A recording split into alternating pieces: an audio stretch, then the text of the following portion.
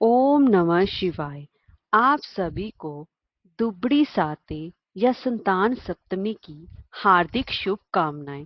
संतान सप्तमी व्रत या फिर दुबड़ी साते भाद्रपद मास की शुक्ल पक्ष की सप्तमी तिथि के दिन किया जाता है। यह व्रत मुख्य रूप से विवाहित स्त्रियों द्वारा किया जाता है। दुबड़ी साते या संतान सप्तमी व्रत करने से संतान प्राप्ति, संतान सुख तथा संतान की रक्षा के लिए ये व्रत किया जाता है।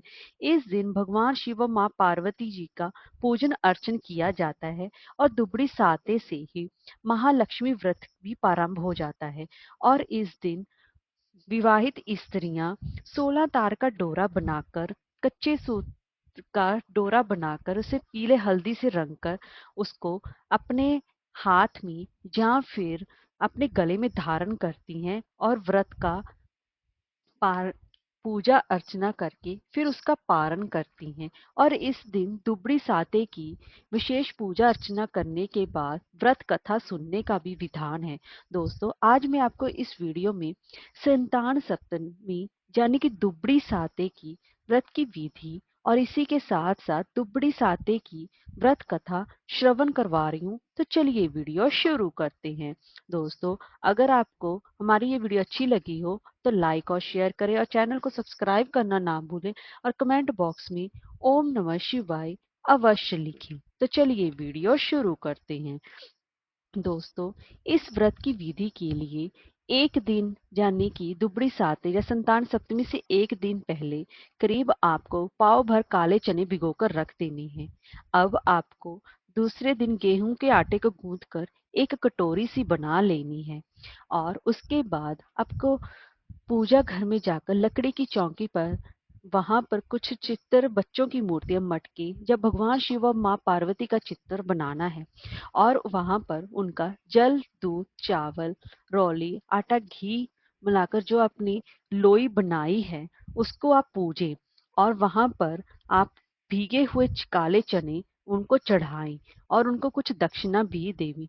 और फिर इसको इस सुबह फिर मिट्टी का गड्ढा खोदकर 7 बार उसके साथ मिट्टी निकालनी है और वहां पर उस गड्ढे में भीगे हुए चने, आटा, रौली, मौली चावल से और कच्ची लस्सी बनाकर उसमें माथा टेकना है और फिर उसमें आटे की कटोरी रखकर भी माथा टेक देना है।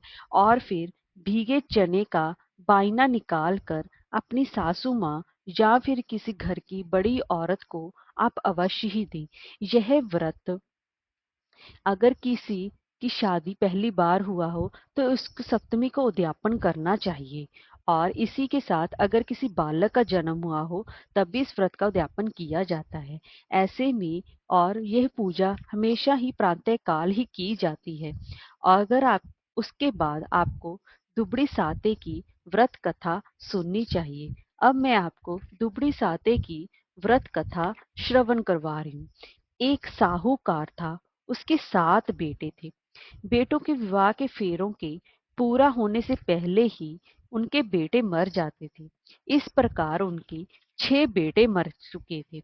डरते डरते 7वें बेटे का भी विवाह उन्होंने निश्चित किया। सब बहन बेटियों को बुलाया गया और सबसे बड़ी बुआ पीहर आते समय मार्ग में एक कुमार के यहाँ रुकी। उसका मन बूझा हुआ था और उसे कोई भी खुशी नहीं थी। कुमार वहां पर ढाकनी में घड़ा घड़ रहा था। बुआ ने पूछा कि ये तू क्या कर रहा है?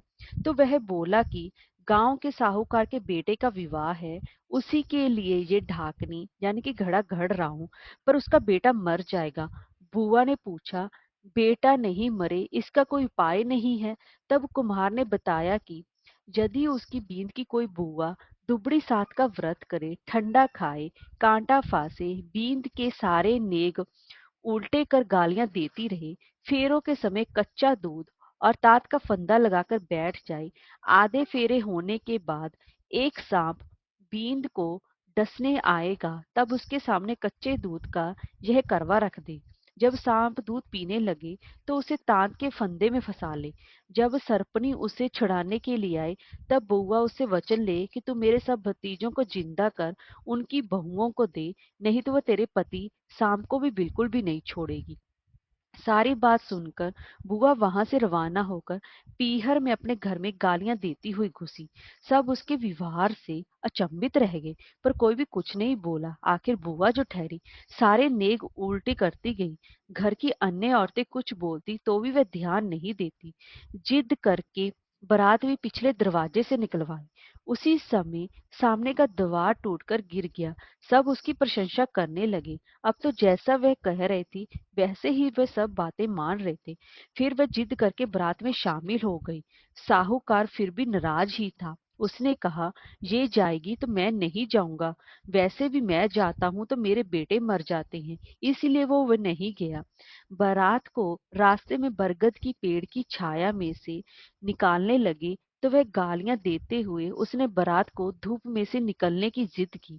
उसकी जिद के चलते जब बारात को धूप में से निकालने लगे तभी एक बहुत बड़ी डाली टूटकर गिर गई। सब फिर से बुआ जी की प्रशंसा करने लगे। फिर दूल्हे को बुआ की जिद के कारण दुल्हन के घर के पिछले द्वार से अंदर ले जाने लगे। तभी आगे का दरवाजा भी टूटकर गिर गया।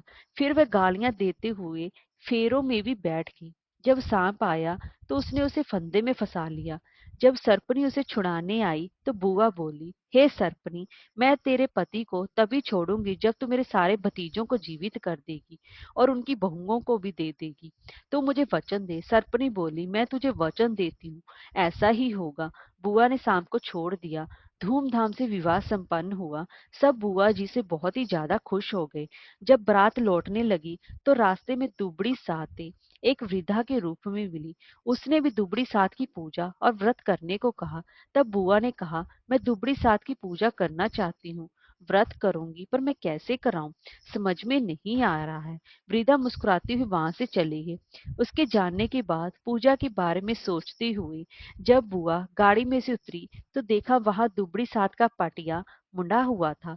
पूजन सामग्री भी रखी हुई थी। ताजा दूब उगी हुई थी।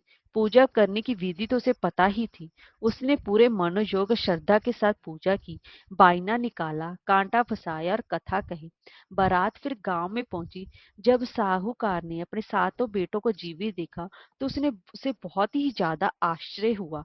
सारे बेटे साहूकार के पैर पड़ने लगे तो साहूकार बोला, बेटा, आज अगर तुम पुण्य जिंदा हो सके हो तो अपनी बुआ के कारण। ये जीवन तुम्हारी बुआ का दिया गया है, इसलिए सब इनके पैर पड़ो। बाद में साहूकार ने सभी को ढिंडोरा पिटवा दिया कि अपने बच्चों की जीवन की रक्षा के लिए हर कोई दुबड़ी सात का पटिया मांडेगा और उसका व्रत भी करेगा। इसी तरह से इसे हम दुबड़ी साते कहते हैं। हे दुबड़ी माता, जिस प्रकार तूने बुआ की सुनी उसी प्रकार तुम सबकी सुनना। हर हर महादेव।